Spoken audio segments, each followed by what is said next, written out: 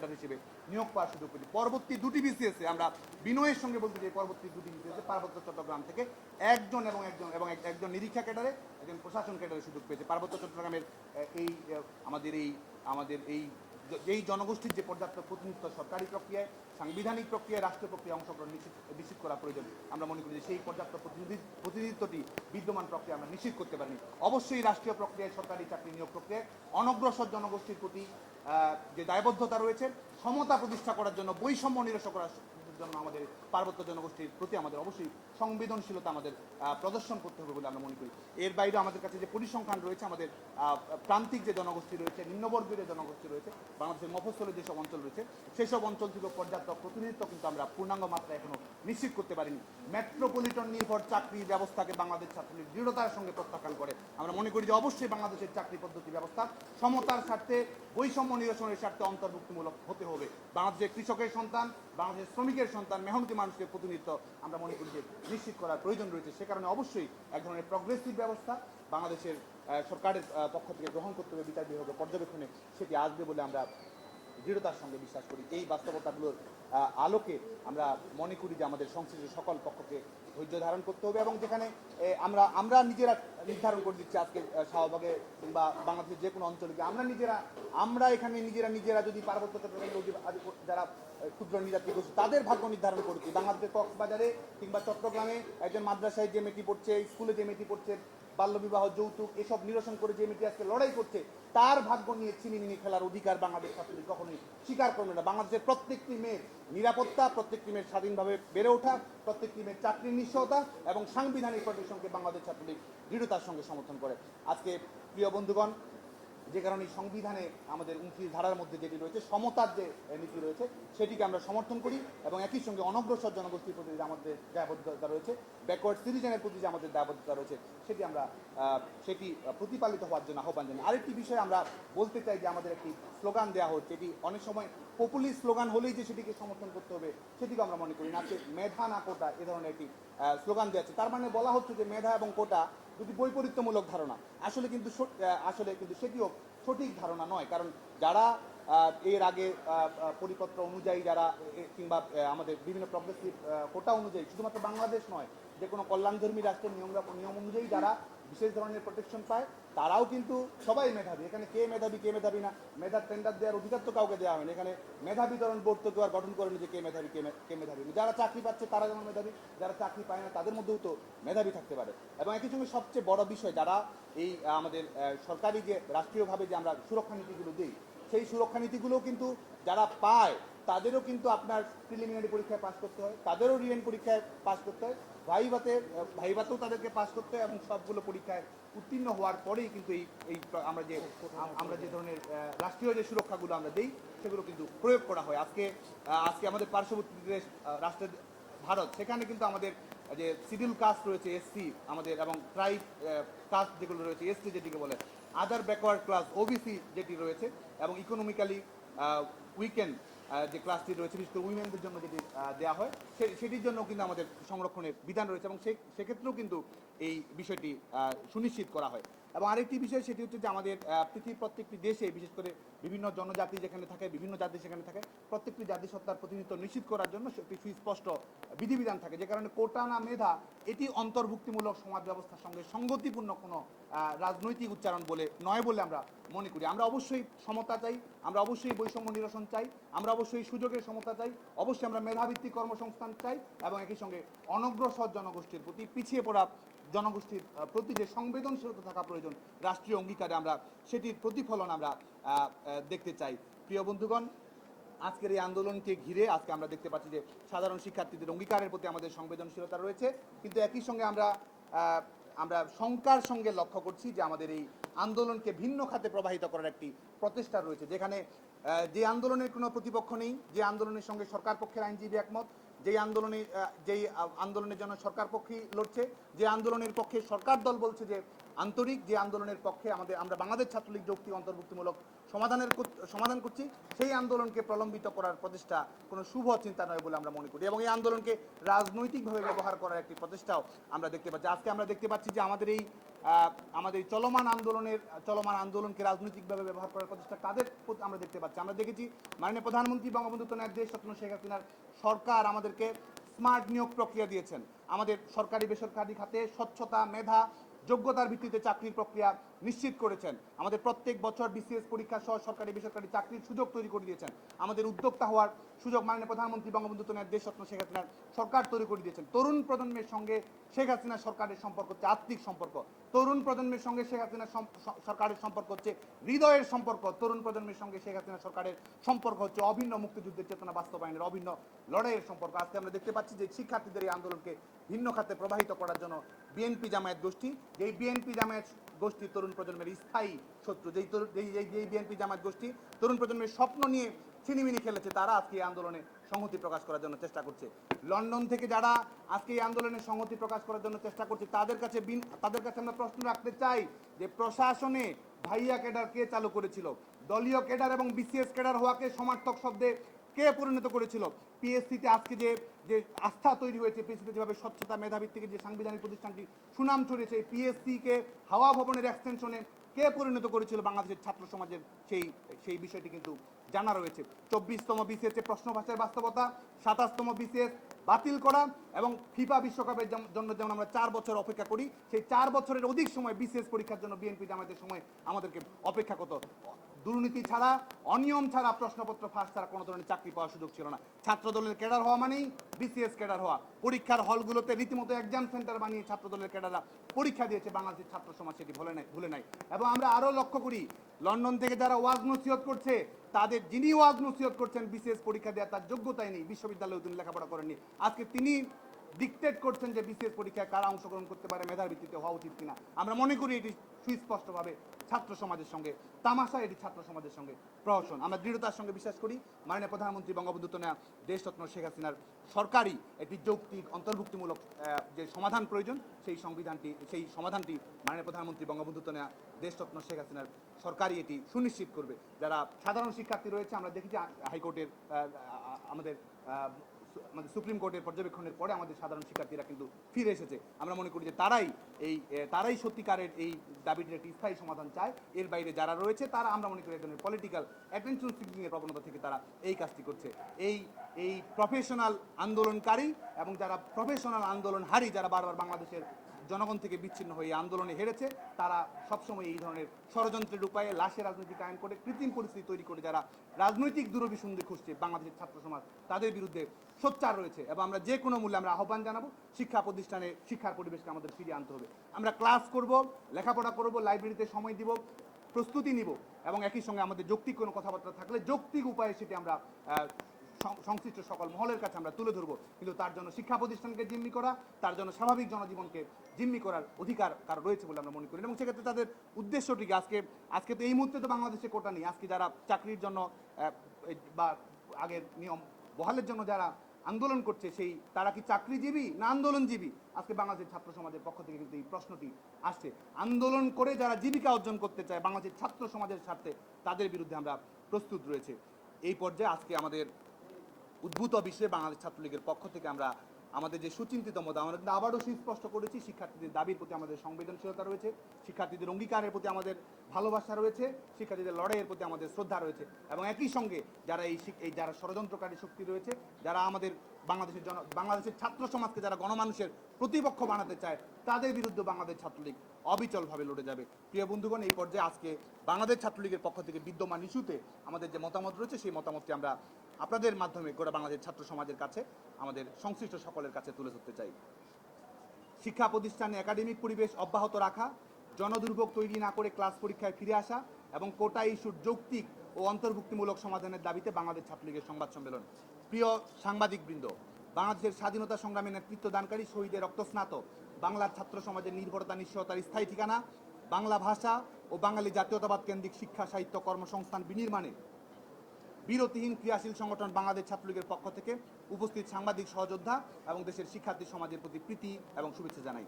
বাংলাদেশের অপ্রতিরোধ অগ্রযাত্রার অবিকল্প সারথি, আধুনিক, উন্নত, আত্মমর্যাদাশীল বাংলাদেশের কারিগর, গবেষণা নির্ভর, বিজ্ঞানভিত্তিক, সমন্বিত, সন্ত্রাসমুক্ত, কর্মসংস্থান বান্ধব, অবৈতনিক শিক্ষা ব্যবস্থানের পথিকৃৎ, একদিনে 36 কোটি পাঠ্যপুস্তক বিনামূল্যে বিতরণ করে বিশ্বে নজির স্থাপন করি, নারীর শিক্ষা, সমতা, মর্যাদা, কর্মসংস্থানের দৃঢ় প্রতিজ্ঞ মাননীয় প্রধানমন্ত্রী দেশরত্ন শেখ হাসিনা। জাতির পিতা বঙ্গবন্ধু শেখ মুজিবুর রহমানের স্বপ্নের সোনার বাংলা বিনির্মাণে তার সুযোগ্য কন্যা দেশরত্ন শেখ হাসিনা সরকারি বেসরকারি খাতে চাকরি ও কর্মসংস্থানের উদ্যোগ, শিক্ষা খাতে অভূতপূর্ব অর্জন, চতুর্থ শিল্প বিপ্লব জয় করার লক্ষ্যে তরুণদের জন্য কর্মপরিকল্পনা, ডিজিটাল বাংলাদেশের লক্ষ্যমাত্রা অর্জনের মাধ্যমে স্মার্ট বাংলাদেশ অভিমুখে যে যাত্রা সূচনা করেছেন তার জন্য বাংলার ছাত্র সমাজ ও তরুণ প্রজন্মের পক্ষ থেকে হৃদয় নিংড়ানো ভালোবাসা এবং অভিনন্দন। প্রেক্ষাপট: দেশরত্ন শেখ হাসিনা বিদ্যমান কোটা ব্যবস্থা বাতিল ঘোষণা করেন 2018 সালের 11 এপ্রিল, যার প্রেক্ষিতে জনপ্রশাসন মন্ত্রণালয় একই বছরের 4 অক্টোবর এই সংক্রান্ত প্রজ্ঞাপন জারি করে। পরবর্তীতে 2021 সালে উচ্চ আদালতে করা একটি রিটের প্রেক্ষিতে এবছরের 5 জুন হাইকোর্ট 4 অক্টোবর 2018 এর প্রজ্ঞাপন বাতিল ঘোষণা করে। সরকার পক্ষের আইনজীবী হাইকোর্ট বিভাগের দেয়া এই রায় বাতিলের জন্য বাংলাদেশের সর্বোচ্চ আদালত আপিল বিভাগে আবেদন করে, বর্তমানে যা বিচারাধীন রয়েছে। এরই মধ্যে গত 9 জুলাই 2024 তারিখে ঢাকা বিশ্ববিদ্যালয়ের 2 শিক্ষার্থীর পৃথক একটি রিটে 5 জুলাই হাইকোর্ট বিভাগের দেয়া রায় স্থগিত করে দেশরত্ন শেখ হাসিনা সরকার কর্তৃক জারিকৃত প্রজ্ঞাপনকে বহাল রেখে স্ট্যাটাস কো আদেশ জারি করে। এর ফলে সরকারি চাকরিতে চলতি সময়ে আর কোনো কোটা ব্যবস্থা প্রচলিত নেই। বাস্তবতা: বাংলাদেশের শিক্ষার্থীদের জন্য মানসম্মত আধুনিক শিক্ষা ব্যবস্থা ও কর্মসংস্থান সম্পর্কে দ্বিধাহীনভাবে বলিষ্ঠতার সাথে কাজ করে চলেছেন দেশরত্ন শেখ হাসিনা, যার ফলশ্রুতিতে এদেশের তরুণ সমাজ সরকারি চাকরি ও বেসরকারি নানা উদ্যোগের মাধ্যমে নিজেদের মেধা ও শ্রম কাজে লাগিয়ে বাংলাদেশকে দরিদ্র অনুন্নত পর্যায় থেকে মধ্যম আয়ের দেশে উন্নীত করতে সক্ষম হয়েছে। দেশরত্ন শেখ হাসিনার অন্তর্ভুক্তিমূলক অর্থনৈতিক নীতি ও কর্মসূচি দেশের সর্বত্র উন্নয়ন ও অগ্রগতির আলো পৌঁছে দিয়েছে। দেশ ও সমাজের পিছিয়ে পড়া বিভিন্ন জনগোষ্ঠীর জন্য নানামুখী সামাজিক নিরাপত্তা নিশ্চিত করার কারণে তারাও আর পিছিয়ে নেই। দেশের তরুণ প্রজন্ম, শিক্ষার্থী সহ সমাজের সর্বস্তরে সরকারি চাকরির প্রতি যে আগ্রহ আকর্ষণ বর্তমানে সৃষ্টি হয়েছে তা সম্ভব হয়েছে দেশরত্ন শেখ হাসিনার অনন্য, অতুলনীয়, দূরদর্শী নেতৃত্বের দেশ পরিচালনার মাধ্যমে। 2018 সাল থেকে কোটা ব্যবস্থা তুলে দেওয়ার কারণে নারীদের সরকারি চাকরিতে প্রবেশের সুযোগ সংকুচিত হয়েছে, যা দেশের সামগ্রিক অগ্রগতির জন্য অন্তরায় বলে প্রতীয়মান হচ্ছে। আমরা লক্ষ্য করছি, কোটা ব্যবস্থা উঠে যাওয়ার পর সবচেয়ে বেশি ক্ষতিগ্রস্ত হয়েছে দেশের নারী সমাজ। উদাহরণস্বরূপ, কোটা থাকা অবস্থায় সর্বশেষ 36, 37 ও 38তম বিসিএসে নারীদের চাকরি হয় যথাক্রমে 25.89, 24.73 এবং 26.87%। অপরদিকে কোটা তুলে দেওয়ার পর 40, 41 ও 43তম বিসিএসে নারীদের চাকরি হয় 21.8%, 21.20% এবং 17.5%। এমনকি প্রায় 50টি জেলায় বিসিএস ছাড়াও সরকারি যেসব কর্মসংস্থানের সুযোগ ছিল সেগুলোতে নারীদের প্রতিনিধিত্ব শূন্য হয়ে যায়। অর্থাৎ কোটা উঠে যাবার পর উন্নয়নের মূলধারা থেকে নারীরা ছিটকে পড়েছে। জাতিসংঘ ঘোষিত প্ল্যানেট 50-50 অনুযায়ী যেখানে সরকারি চাকরিতে নারীদের অংশগ্রহণ 50% থাকা উচিত, সেখানে বাংলাদেশ তা 30%-এর নিচে রয়েছে। কোটা ব্যবস্থা উঠে যাবার কারণে তা আরও প্রান্তিক পর্যায়ে চলে গেছে। অন্যদিকে বাংলাদেশের 64টি জেলায় সমন্বিত উন্নয়ন ও অগ্রগতি সাধনের জন্য বিভিন্ন ধরনের সাংবিধানিক প্রতিফলন প্রয়োজন হলেও কোটা তুলে দেবার পর থেকে দেশের বিভিন্ন অঞ্চলের প্রান্তিক জনগণ বঞ্চিত হচ্ছে। উদাহরণস্বরূপ 40তম বিসিএসে দেশের 24টি জেলা থেকে এবং 41তম বিসিএসে 18টি জেলা থেকে একজনও বিসিএস পুলিশে সুপারিশকৃত হয়নি। একইভাবে সমাজের পিছিয়ে পড়া ক্ষুদ্র নৃগোষ্ঠীর জন্য এটি সত্য। কোটা থাকা অবস্থায় 31 থেকে 38তম বিসিএসে ক্ষুদ্র জাতিগোষ্ঠীর জন্য 179 জন সুপারিশকৃত হন। কোটা বাতিলের পর 39তম বিসিএসে ক্ষুদ্র জাতিগোষ্ঠীর 24 জন সুপারিশ পেয়েছে এবং 40 এবং 41তম বিসিএসে সুপারিশ পেয়েছে মাত্র 2 জন। সর্বোপরি যেখানে সরকারি চাকরির প্রতিটি পরীক্ষার্থীকে একজন পরীক্ষার্থীকে প্রিলিমিনারি, লিখিত ও ভাইবা প্রতিটি ধাপ পার হয়ে আসতে হয়, তাই কোটা না মেধা স্লোগানটি একটি ভিত্তিহীন, কল্পনাপ্রসূত এবং উদ্দেশ্যমূলক প্রচারণা। এখানে মেধার বিপরীতে মেধার প্রতিযোগিতায় সমাজের অনগ্রসর অংশকে কিছুটা এগিয়ে দেওয়া হয়, যা পুরোপুরি ন্যায় এবং সংবিধান সম্মত।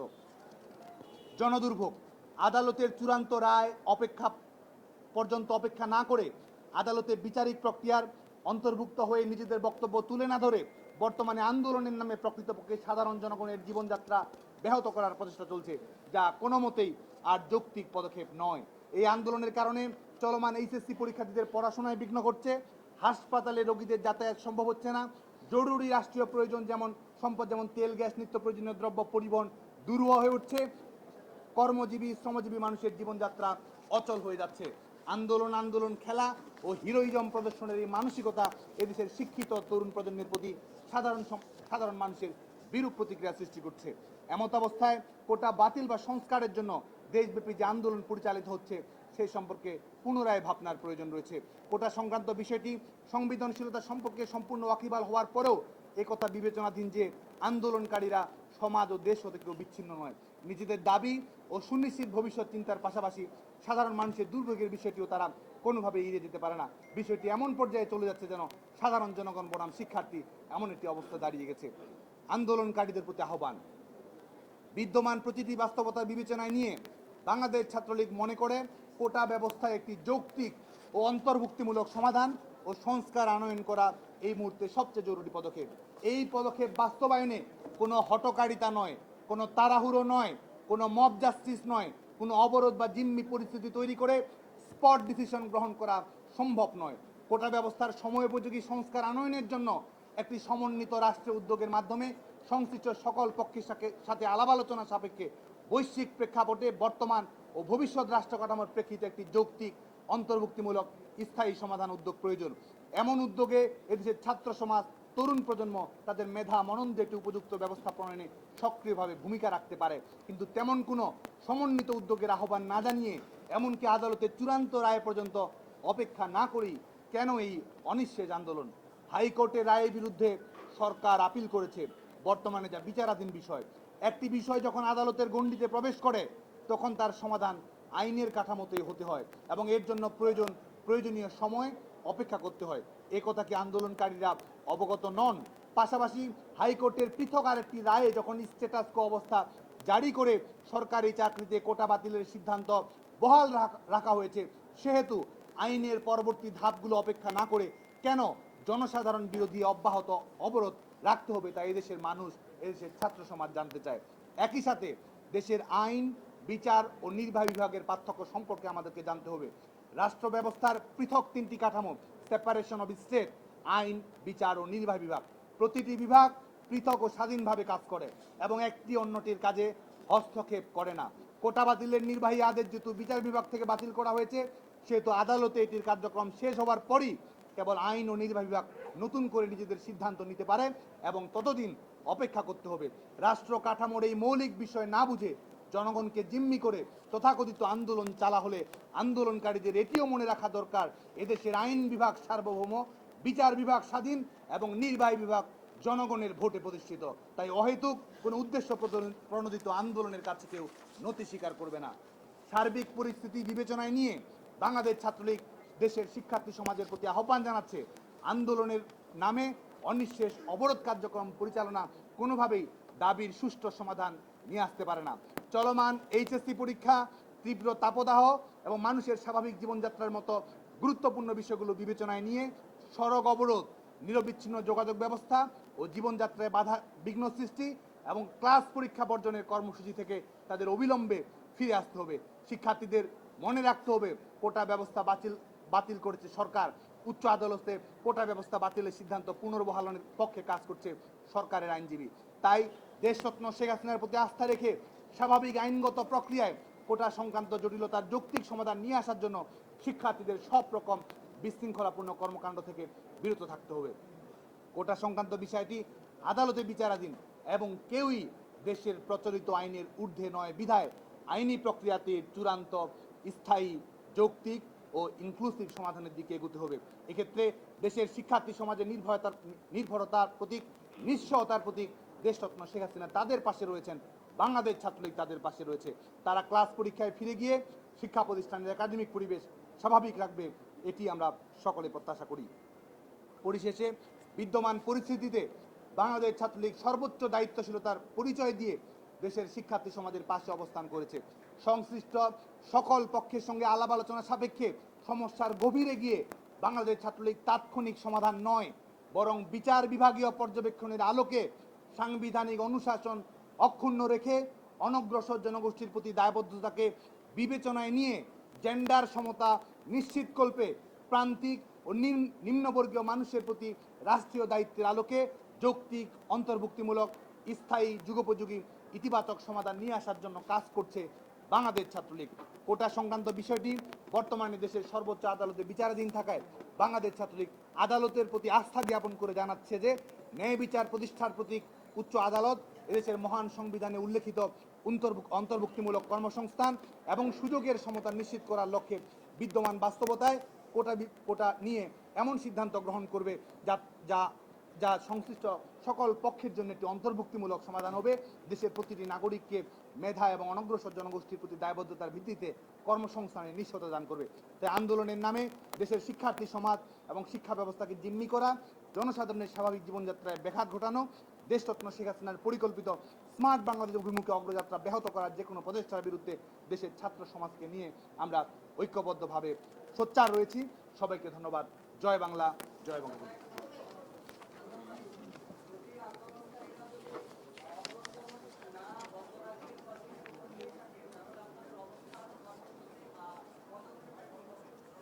দেখুন, আমরা কিন্তু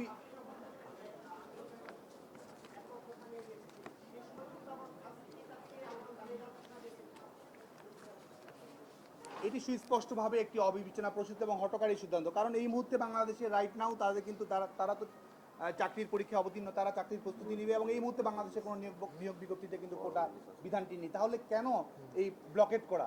এটির পেছনে কি রাজনৈতিক উদ্দেশ্য রয়েছে? সেটি আমরা জানতে চাই। এবং সাধারণ মানুষের জীবনে দুর্ভোগ নিয়ে আসা, সেটি আমরা প্রত্যাশা করি না। আপনারা জানেন যে গতকালকে যখন আমাদের সর্বোচ্চ আদালত যখন পর্যবেক্ষণটি দিয়েছে, স্ট্যাটাস কো জারি করেছে, আমরা কিন্তু দেখেছি আন্দোলনকারীরা যে বিশেষ সাধারণ শিক্ষার্থী যারা রয়েছে, সাধারণ শিক্ষার্থীরা কিন্তু সচেতনভাবে আমাদের আবাসিক হলগুলোতে ফিরেছে, যার যার শিক্ষা প্রতিষ্ঠানে কিন্তু ফিরে গেছে। আমরা দেখি 4-5 জন এক ধরনের নৈরাজ্য তৈরি করে 4-5 জন গিয়ে একটা রাস্তায় ব্লকেট করেছে, রেলে ব্লকেট করেছে। এটি কখনো সুচিন্তিত পদক্ষেপ নয় বলে আমরা মনে করি। সাধারণ শিক্ষার্থী যারা ফিরে এসেছে, সুচিন্তিত সমাধান হওয়ার পরেও আমরা মনে করি যে যারা এটিকে প্রলম্বিত করতে চায় তাদের উদ্দেশ্য শুভ নয় এবং সাধারণ শিক্ষার্থীরা অবশ্যই তাদের সঙ্গে কোনো অবস্থাতেই তাদের সঙ্গে সংহতি প্রকাশ করবে না।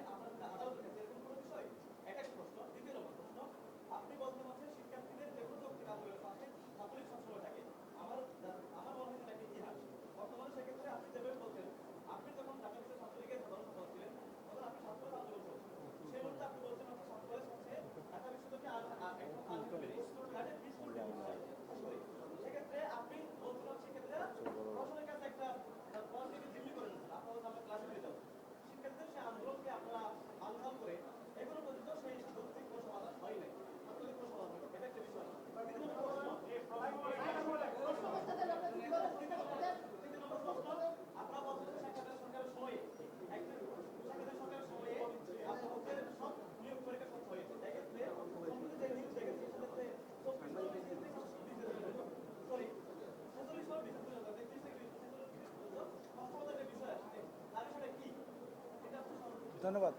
বানচাল করা তো আমাদের পেশাদারি ভাষা নয়। একটি সংগঠন আরেকটি সংগঠনের আন্দোলনকে বানচাল করছে, এটি তো পেশাদারি ভাষা নয়, এটি তো রাজনৈতিক ভাষা।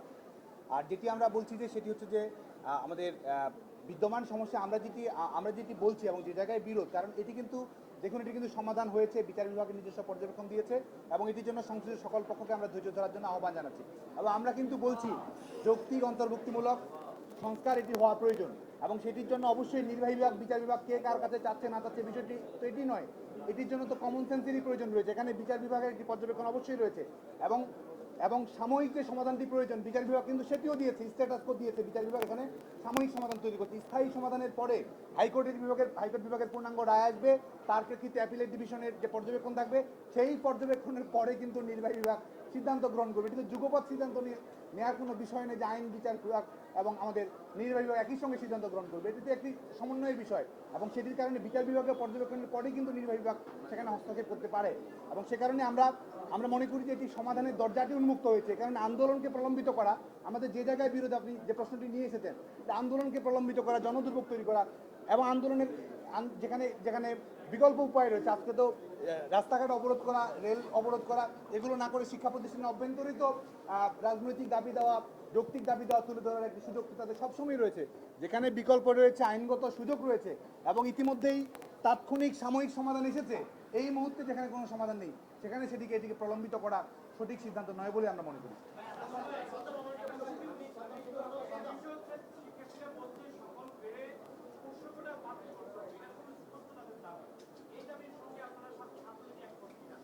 আমরা কিন্তু বলেছি যে আমরা মেধাভিত্তিক যে কর্মসংস্থানের নিশ্চয়তা সেটি আমরা চাই।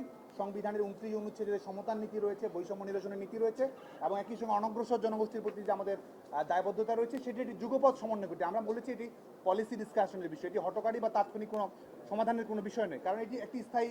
এবং আরেকটি বিষয় আপনাদের মনে রাখা প্রয়োজন যে কোটা যে ধারণাটি, এটি কিন্তু স্থায়ী কোনো ধারণা নয়, কারণ রাষ্ট্রের প্রয়োজনটি এক এক সময় এক এক রকম হয়। কোনো ব্যাকওয়ার্ড সেকশন অফ সিটিজেনকে এগিয়ে নিয়ে আসার প্রয়োজন হয়, কখনো অন্য জনগোষ্ঠীকে প্রোটেকশন দেওয়ার প্রয়োজন হয়। এটির জন্য যে নির্বাহী বিভাগ আইন করে স্থায়ীভাবে বলে দিবে যে এতজনকে কোটা দিবে। আজকে নারী কোটার প্রাসঙ্গিকতা রয়েছে, কারণ আমরা তথ্য পরিসংখ্যানের আলোকে বলছি যে এটি প্রয়োজন। তো 20 বছর 30 বছর পরে বাস্তবতা সেটি নাও হতে পারে। সে কারণে নির্বাহী বিভাগ নিজস্ব বিচার বিভাগীয় পর্যবেক্ষণের আলোকে নিজস্ব বিবেচনাবোধ অনুযায়ী অন্তর্ভুক্তিমূলক সরকারের ধারণা থেকে এটি সমাধান করবে। এটি তো তাৎক্ষণিকভাবে এটি সুস্পষ্ট উল্লেখ করা দেওয়ার বিষয় নয়। আমরা বাংলাদেশের সকল জায়গাতেই, সেটি যে কোনো জায়গাতেও সরকারি চাকরিতে সমতা এবং আমাদের যে সাংবিধানিক অঙ্গীকার রয়েছে এটির প্রতিফলন চাই।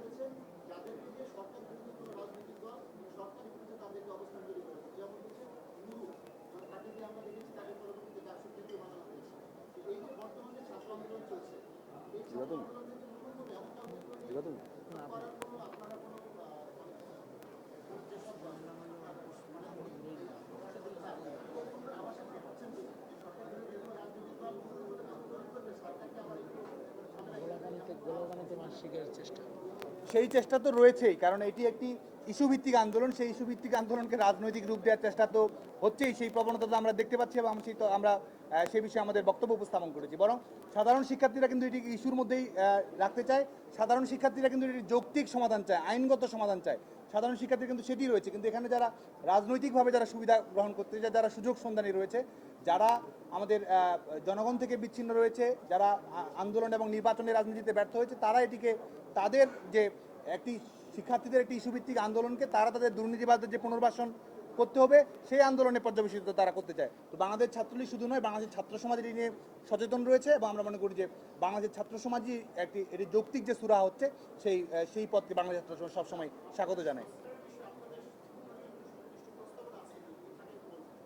আমরা কিন্তু বলেছি যে অন্তর্ভুক্তিমূলক যে কথাটি আমরা বলেছি সেগুলো কিন্তু বিচার বিভাগীয় পর্যবেক্ষণ থাকবে এবং সেটির পরে আমাদের সরকার অন্তর্ভুক্তিমূলকভাবে এটির সমাধান করবে। আমাদের পিছিয়ে পড়া জনগোষ্ঠী যারা রয়েছে তাদের প্রতিনিধিত্ব, জেন্ডার সমতার বিষয়টি এবং অন্যান্য কোনো বিষয় যদি থাকে, এটি বিশেষজ্ঞদের সঙ্গে আলাপ আলোচনার বিষয় থাকতে পারে, শুনানির বিষয় থাকতে পারে, সার্বিক বিষয় বিবেচনা করবে, কিন্তু এটি সিদ্ধান্ত গ্রহণ করতে হবে। যে কারণে আমরা আমাদের যে আপাতত আমরা মনে করি যে আমাদের যৌক্তিক অন্তর্ভুক্তিমূলক সংস্কারের দিকে আমাদের যেতে হবে। সুস্পষ্ট আরও যেসব মতামত প্রয়োজন সেটি আমরা আলাপ আলোচনা সাপেক্ষে আমরা সুস্পষ্ট হয়ে তুলেছি।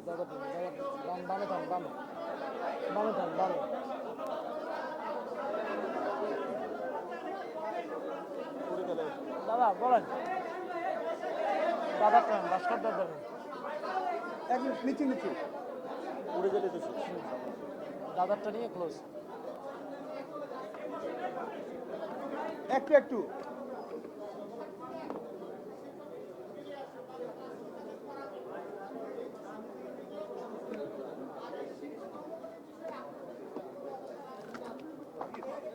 দেখুন, আমরা চাই যে বিশেষ করে শিক্ষকদের কর্মবিরতি যে ইস্যুটি রয়েছে, আমরা মনে করি যে এটির একটি যৌক্তিক সমাধান অবশ্যই হবে এবং যেহেতু আজকে বৃহস্পতিবার, শুক্রবার, শনিবার রয়েছে, শিক্ষা প্রতিষ্ঠানের স্বাভাবিক শিক্ষার পরিবেশ ফিরে আসবে এবং স্বাভাবিক শিক্ষার পরিবেশে আমাদের শিক্ষার্থীরাও অংশগ্রহণ করবে। জোবাইডেনের